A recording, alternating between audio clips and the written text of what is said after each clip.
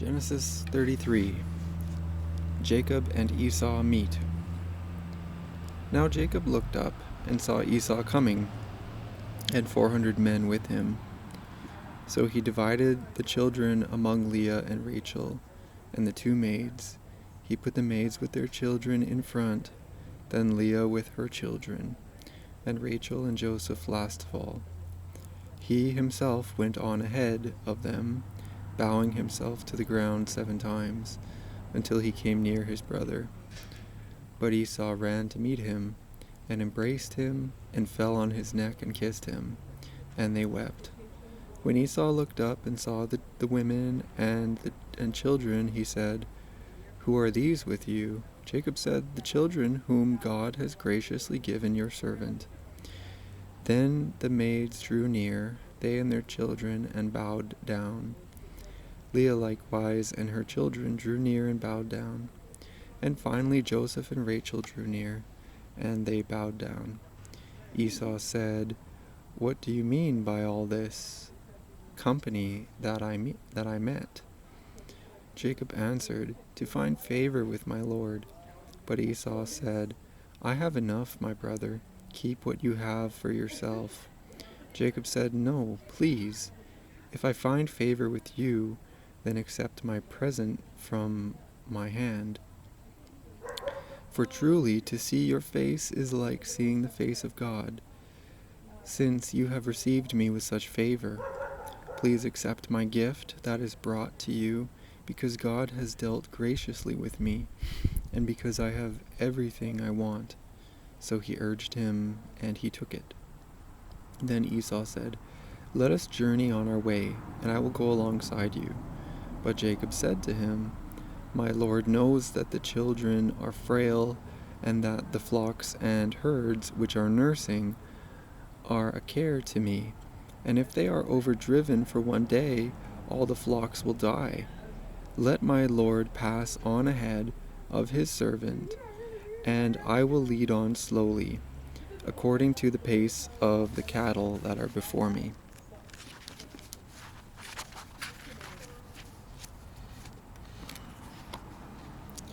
"And according to the pace of the children, until I come to my Lord in Seir." So Esau said, "Let me leave with you some of the people who are with me." But he said, "Why should my Lord be so kind to me?" So Esau returned that day on his way to Seir. But Jacob journeyed to Succoth, and built himself a house, and made booths for his cattle. Therefore the place is called Succoth. Jacob reaches Shechem. Jacob came safely to the city of Shechem, which is in the land of Canaan, on his way from Paddan Aram, and he camped before the city. And from the sons of Hamor, Shechem's father, he bought for 100 pieces of money the plot of land on which he had pitched his tent. There he erected an altar and called it El Elohi Israel. The rape of Dinah, Genesis 34. Now Dinah, the daughter of Leah, whom she had borne to Jacob, went out to visit the women of the region.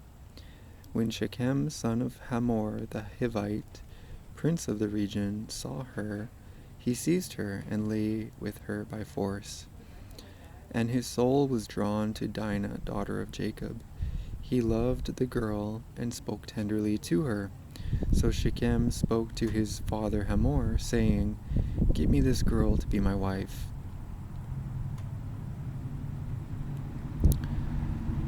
Now Jacob heard that Shechem had defiled his daughter Dinah, but his sons were with his cattle in the field.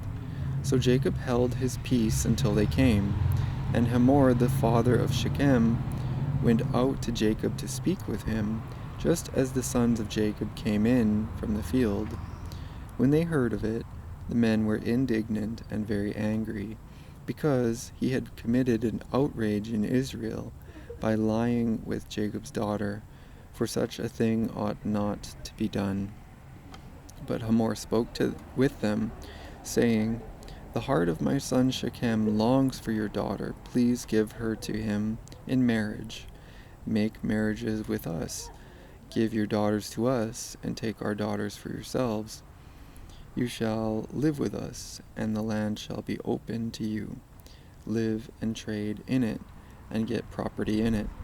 Shechem also said to her father and to her brothers, "Let me find favor with you, and put whatever you say to me, I will give.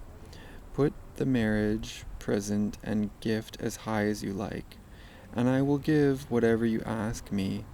Only give me the girl to be my wife." The sons of Jacob answered Shechem and his father deceitfully, because he had defiled their sister Dinah. They said to them, "We cannot do this thing, to give our sister to one who is uncircumcised, for that would be a disgrace to us. Only on this condition will we consent to you, that you will become as we are, and every male among you be circumcised. Then we will give our daughters to you, and we will take your daughters for ourselves, and we will live among you and become one people. But if you will not listen to us and be circumcised, then we will take our daughter and be gone." Their words pleased Hamor and Hamor's son Shechem, and the young man did not delay to do the thing, because he was delighted with Jacob's daughter. Now he was the most honored of all his family. So Hamor and his son Shechem came to the gate of their city and spoke to the men of their city, saying, "These people are friendly with us. Let them live in the land and trade in it, for the land is large enough for them. Let us take their daughters in marriage, and let us give them our daughters. Only on this condition will they agree to live among us, to become one people, that every male among us will be circumcised as they are circumcised. Will not their livestock, their property, and all their animals be ours? Only let us agree with them, and they will live among us." And all who went out of the city gate heeded Hamor and his son Shechem, and every male was circumcised, all who went out of the gate of his city. Dinah's brothers avenged their sister.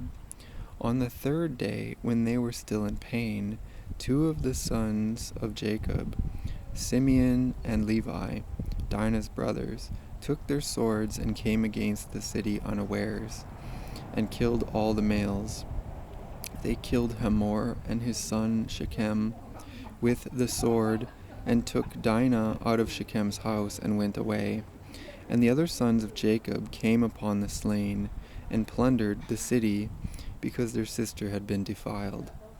They took their flocks and their herds, their donkeys, and whatever was in the city and in the field, all their little ones and their wives, all that was in the houses they captured, and made their prey. Then Jacob said to Simeon and Levi, "You have brought trouble on me by making me odious to the inhabitants of the land, the Canaanites and the Perizzites. My numbers are few, and if they gather themselves against me and attack, I shall be destroyed, both I and my household." But they said, "Should our sister be treated like a whore?